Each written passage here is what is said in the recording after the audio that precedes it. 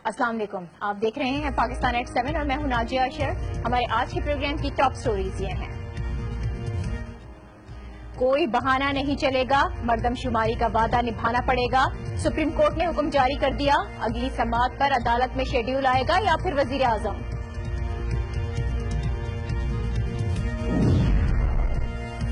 Parvez Musharraf, peoples party और Nawaz league, 17 साल में किसी ने मर्दमशुमारी नहीं कराई, आखिर क्यों? आज के प्रोग्राम में इस पर भी बात होगी।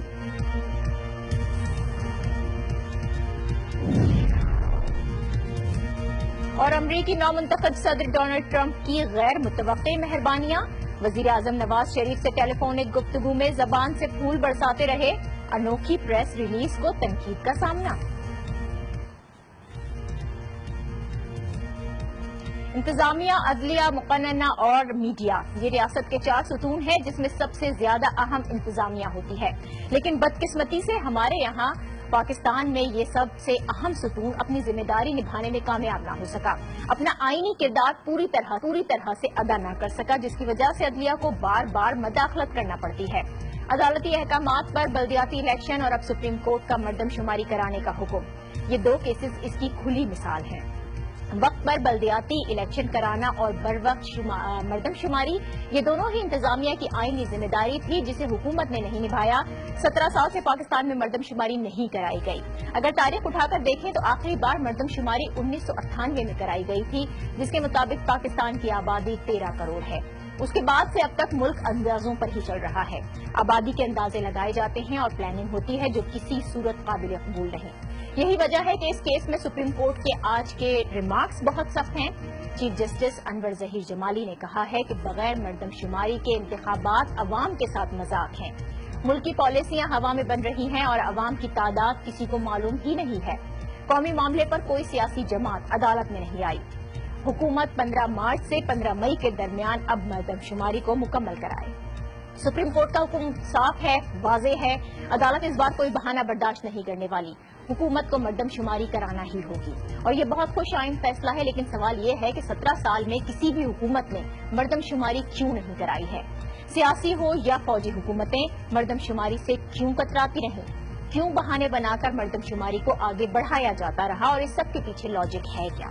इसी पर बात करेंगे हमारे प्रोग्राम का पहला ये सेगमेंट, जिसमें साबिक वजीर खारजा और पाकिस्तान की तीनों बड़ी सियासी जमातों का हिस्सा रहने वाले सरदार आसिफ अहमद अली साहब भी हमारे साथ होंगे। लेकिन पहले एक ब्रेक, देखते रहिए Pakistan at 7। Welcome back. Supreme Court का मर्दमशुमारी कराने का हुक्म, इसी पर हम बात करेंगे। साबिक वजीर खारजा और पाकिस्तान की तीनों बड़ी सियासी जमातों का हिस्सा रह चुके सीनियर सियासतदान सरदार आसिफ अली साहब हमारे साथ मौजूद हैं। बहुत शुक्रिया सरदार साहब आपका। दुनिया भर में तरीकाकार ये होता है कि पहले आप अपनी आबादी का पता करते हैं, प्लानिंग होती है, लेकिन हमारे यहाँ पिछले 17 साल से मर्दमशुमारी ही नहीं हुई है। अंदाजों पर चल रहा है ये मुल्क। अब जब 17 साल के बाद मर्दमशुमारी होने जा रही है, आप क्या समझते हैं कि कितना खुशाइंद है सुप्रीम कोर्ट का ये हुक्म और क्या ऐसा मुमकिन हो सकेगा? जो नून लीग के लोग हैं वो कहते होंगे कि बड़ी ऑर्डर बड़ा गलत है, कोई कहेंगे ठीक है, कोई कहेगा गलत है। पर बात यह है कि आईनी जरूरत है जी। आइन के अंदर बिल्कुल साफ साफ लिखा हुआ है कि 10 साल के बाद मर्दमशुमारी होगी और ये नहीं कराना चाहते, ये करा नहीं रहा या इनकी पता नहीं क्या इनके अज़ाइम है। तो अब सुप्रीम कोर्ट का ऑर्डर आ गया, बड़ी अच्छी बात है। मैं समझता हूँ कि बड़ा लाजमी है, होना चाहिए और आइन के तहत भी ये वाजिब है आइन के तहत जी। तो अब सुप्रीम कोर्ट का ऑर्डर अल्लाह करे इसको इम्प्लीमेंट करें, इनका क्या पता है इम्प्लीमेंट ही ना करें। तो फिर अगर इम्प्लीमेंट ना किया तो फिर सुप्रीम कोर्ट ने इलेक्शन को भी स्टे कर देना। लेकिन सरदार साहब, आपने सियासी जमातों का जो तस्करा किया, आप खुद नवाज लीग, पीपल्स पार्टी और पीटीआई का हिस्सा रहे हैं, आपने क्या महसूस किया? क्यों ये जमातें मर्दमशुमारी से घबराती हैं, मर्दमशुमारी कराना नहीं चाहती? हल्का बंदियों का खौफ है कि मर्दमशुमारी होगी तो उनकी सीटें मुतासिर होंगी, सियासी मफादात हैं मर्दमशुमारी न कराने के पीछे? जी, ये भी एक वजह हो सकती है। और फिर ये है कि कुछ सीटें बढ़ेंगी, कुछ कम होंगी और हो सकता है कि कराची की सीटें बढ़ जाएं क्योंकि सारी दुनिया कराची जाके मुलाजमत ढूंढती है, रोजगार ढूंढती है कराची में और बिजनेस करते हैं कराची में। تو باقی تو جو ملک کی آبادی تقریباً 2.1% ہر سال بڑھتی ہے جی، مگر کچھ صوبوں میں زیادہ کنسنٹریشن ہو جاتی ہے سارے پاکستان سے. تو مردم شماری سے پھر یہ بالکل واضح ہو جائے گا کہ کس صوبے کی آبادی میں زیادہ اضافہ ہوا ہے باقی صوبوں کے تناسب سے، اور پھر ان کو اس کے مطابق سیٹیں زیادہ ملیں. لیکن آپ نے سردار صاحب خاص طور پر کراچی کا ذکر کیا ہے کہ کراچی کی سیٹیں بڑھ سکتی ہیں، تو کیا مردم شماری نہ کرانے کے پیچھے یہ بھی ایک وجہ ہو سکتی ہے کہ پیپلز پارٹی کو یہ خوف ہے کہ کراچی کی نشستیں بڑھنے سے سندھ میں ان کے لیے حکومت بنانا مشکل ہو جائے گا؟ یہ تقریباً یہی ہوگا کہ کراچی اور حیدرآباد کی آبادی حیدرآباد سے بھی زیادہ کراچی کی آبادی بہت بڑی ہوگی، کیونکہ سارے پاکستان میں لوگ جو روزگار ڈھونڈنے جاتے ہیں وہ حیدرآباد بھی جاتے ہیں، کراچی جاتے ہیں سارے. تو اس سے بھی پیپلز پارٹی کی حکومت کو تو یہ خوف تھا کہ اس سے کراچی کی سیٹیں بڑھ گئی تو ہو سکتا ہے ان کی سیٹیں ایم پی این کی بڑھ جائیں، ان کو زیادہ مل جائیں، ان کو کم ملیں. اس قسم کے جو سے ہیں لوگوں کو خدشات ہیں، مگر جو بھی خدشات ہوں ایک آئینی ضرورت ہے، اس کو پورا ہونا چاہیے. ٹھیک ہے، تو سردار صاحب یہ تو پولیٹیکل امپیکٹ کی بات تھی نا. اگر ہم اکانومی کی طرف دیکھیں، مردم شماری ہو جاتی ہے تو معیشت میں اس سے کیا فرق پڑے گا؟ آپ کیا سمجھتے ہیں؟ بہتری کی توقع کی جا سکتی ہے؟ دیکھیں، آپ کی جتنی اکنامک پالیسیز ہوتی ہیں جس میں آپ کی اکنامک ڈیولپمنٹ ہے، اس کی ساری پلاننگ آبادی کے تناسب سے ہوتی ہے. پھر نیشنل فائنانس جو آپ کے ریسورسز ہیں، وفاقی ریسورسز، ڈویزبل جو پول آف ٹیکسز ہوتے ہیں ان کو بانٹا جاتا ہے پروونسز میں، اس پہ اس کا اثر پڑے گا، کیونکہ جن کی زیادہ بڑی ہے ان کا زیادہ کلیم بن جائے گا کہ ہماری ایلوکیشن زیادہ کی جائے. اسی طرح جو سوشل پالیسیز ہیں جی، اور ہیلتھ پالیسی ہے، جو قومی سطح پہ جو کچھ آنا ہے وہ آبادی کے حساب سے جاتا ہے. سردار صاحب آپ نے بڑی وضاحت کے ساتھ یہ بتایا، لیکن یہ ایک بہت اہم معاملہ ہے جو بہت عرصے تک لال کا شکار رہا ہے. پہلے بلدیاتی انتخابات میں ہم نے دیکھا کہ سپریم کورٹ کو حکم دینا پڑا، اب مردم شماری بھی سپریم کورٹ کے حکم پر ہوگی. اگر ہر کام عدالتوں کو ہی کرنا ہے تو پھر انتظامیہ کیا کر رہی ہے؟ انتظامیہ کیوں نہیں کامیاب ہو پا رہی ہے یہ سب کچھ امپلیمنٹ کرانے میں؟ جی بالکل، یہ سارے پولیٹیکل سیکٹر کی ناکامی ہے، کیونکہ اب ہر معاملہ عدالت میں ہی فیصلہ کرنا ہے.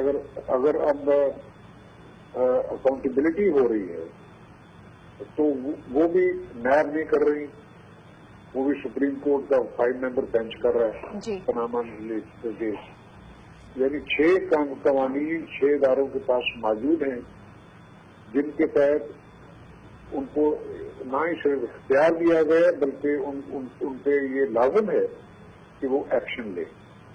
کسی ایک ادارے نے کوئی ایکشن نہیں لیا، نہ اسٹیٹ بینک نے، نہ ایف بی آر نے، نہ الیکشن کمیشن نے، نہ ایف آئی اے نے، نہ وہ سیکورٹیز اینڈ کمپٹیشن کمیشن نے، کسی نے کوئی ایکشن نہیں لیا. تو یہ اداروں کی ناکامی ہی کہا جائے گا. بہت شکریہ خارجہ سردار آصف احمد علی ہمارے ساتھ تھے. ہم ایک بریک یہاں پر لے رہے ہیں اور اس بریک کے بعد وزیر اعظم نواز شریف کی امریکی نومنتخب صدر ڈونلڈ ٹرمپ سے جو ٹیلی فونک گفتگو ہوئی ہے اس پر بات ہوگی. ہمارے ساتھ رہیے. Welcome back. وزیر اعظم نواز شریف نے نومنتخب امریکی صدر ڈونلڈ ٹرمپ کو کال کی اور ہر طرف ہلچل مچ گئی.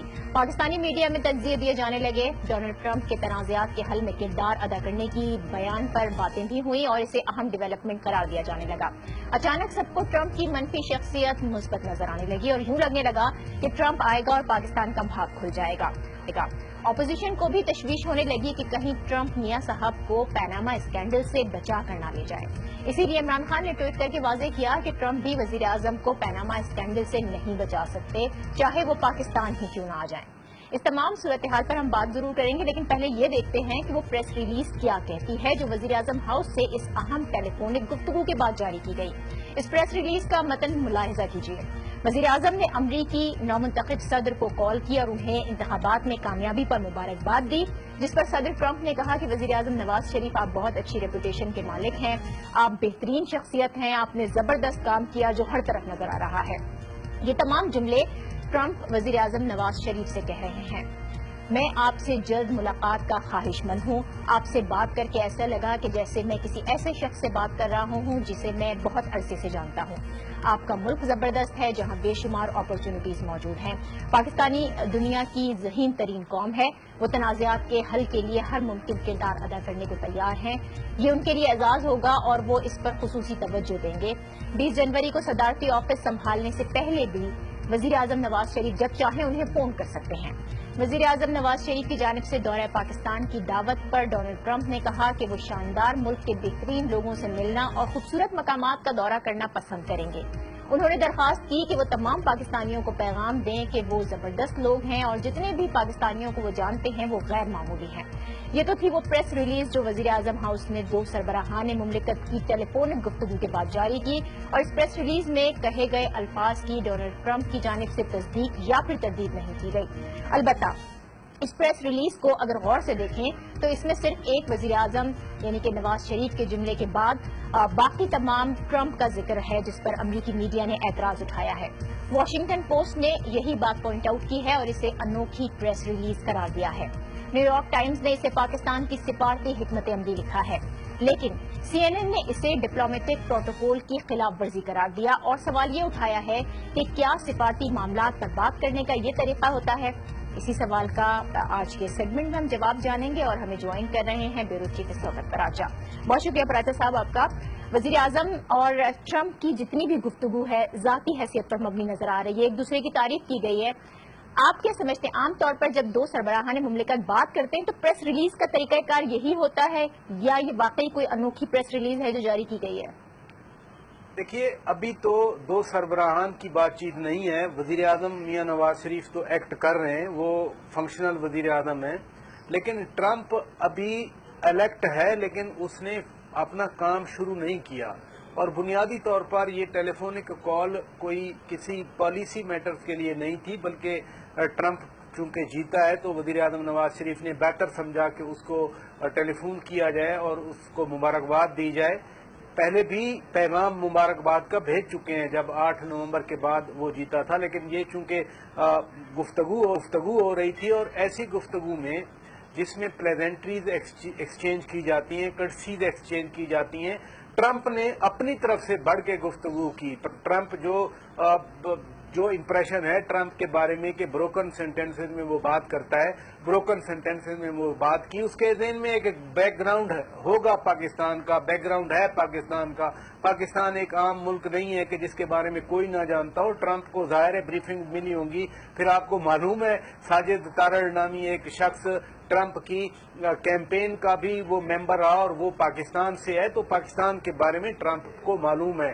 फिर ट्रंप को ये भी मालूम है कि वहाँ पर भारत के साथ पाकिस्तान की कशीदगी है और वहाँ पर कश्मीर का तनाज़ा भी है पाकिस्तान और भारत के दरमियान। और ट्रंप इलेक्शन जीतने से पहले ही ये पेशकश कर चुका है कि जी वो मसला कश्मीर के लिए सालसी का किरदार अदा करने के लिए तैयार है। तो ट्रंप ने मसलसल बोला, जो हमें सेंटेंसेस मिले प्रेस रिलीज के वही ट्रंप बोलता रहा, वही सेंटेंसेस मिल गए हमें। जो बैकग्राउंड तो बड़ा वाज़ेह है, लेकिन जिन ब्रोकन सेंटेंसेस की आप बात कर रहे हैं वही प्रेस रिलीज में जारी किए गए। इस पर अमरीकी मीडिया इतना शोर क्यों मचा रहा है? और ट्रंप ने तनाज़ात के हल में जो किरदार करने की बात कही है, इसे भी कहा जा रहा है कि कबल अज़ वक्त है। क्या वाकई इस वक्त उस बयान की कोई अहमियत नहीं है? देखिए, सिर्फ इस प्रेस रिलीज में या इस गुफ्तगू में ट्रंप ने बात नहीं की, सिर्फ ट्रंप ने अपनी इलेक्शन कैंपेन के दौरान भी ये बात की थी और उसने कहा था और बड़ा वाज़े तौर पर कहा था कि मसला कश्मीर के हल के लिए वो सालसी कर सकते हैं। अब ये प्रेस रिलीज को पाकिस्तान की तरफ से नहीं बनाई गई, यानी अपनी तरफ से ये सेंटेंस नहीं डाले गए, बल्कि जो ट्रंप ने कहा ऐन मुताबिक ये प्रेस रिलीज तैयार किया गया। ट्रंप ने खुद ये बातें की हैं, ट्रंप ने तनाज़ात के हल में किरदार अदा करने की पेशकश की है। ट्रंप ने पाकिस्तान को एक फैंटास्टिक कंट्री और फैंटास्टिक पीपल करार दिया है। ट्रंप ने पाकिस्तान के वजीर आजम के बारे में कहा कि मुझे यूं लग रहा है आपसे बातचीत करते हुए जैसे मैं बहुत अरसे से आपको जानता हूं। ट्रंप उनका अपना लीडर है, अमेरिकी मीडिया के सामने ट्रंप इलेक्शन जीता है, और अगर ट्रंप के हवाले से मीडिया इतना नेगेटिव रहा, फिर आपको मालूम है ट्रंप जब इलेक्शन जीता तो उसने बुलाया था सबको एक कमरे में और उनके सब लोगों की बेइज्जती की ठीक थी। है, जो बहुत इलेक्शन शुक्रिया में शौकत उसकी- कराची साहब, ब्यूरो चीफ इस्लामाबाद हमारे साथ है। डिप्लोमेटिक प्रोटोकॉल की खिलाफ वर्जी अब इसको करार दिया जाए ट्रंप की सिफारती मामला की ना समझी या फिर पाकिस्तानी सिफारती हिकमत अमली, जो कुछ भी हो ये वो गुफ्तगू है और इसका रद्द अमल जो कि पाकिस्तान और अमरीका के मुस्तकबिल के ताल्लुकात पर जरूर असरअंदाज होगा। आज के प्रोग्राम से मुझे दीजिए इजाजत, कल फिर मुलाकात होगी। अल्लाह हाफिज।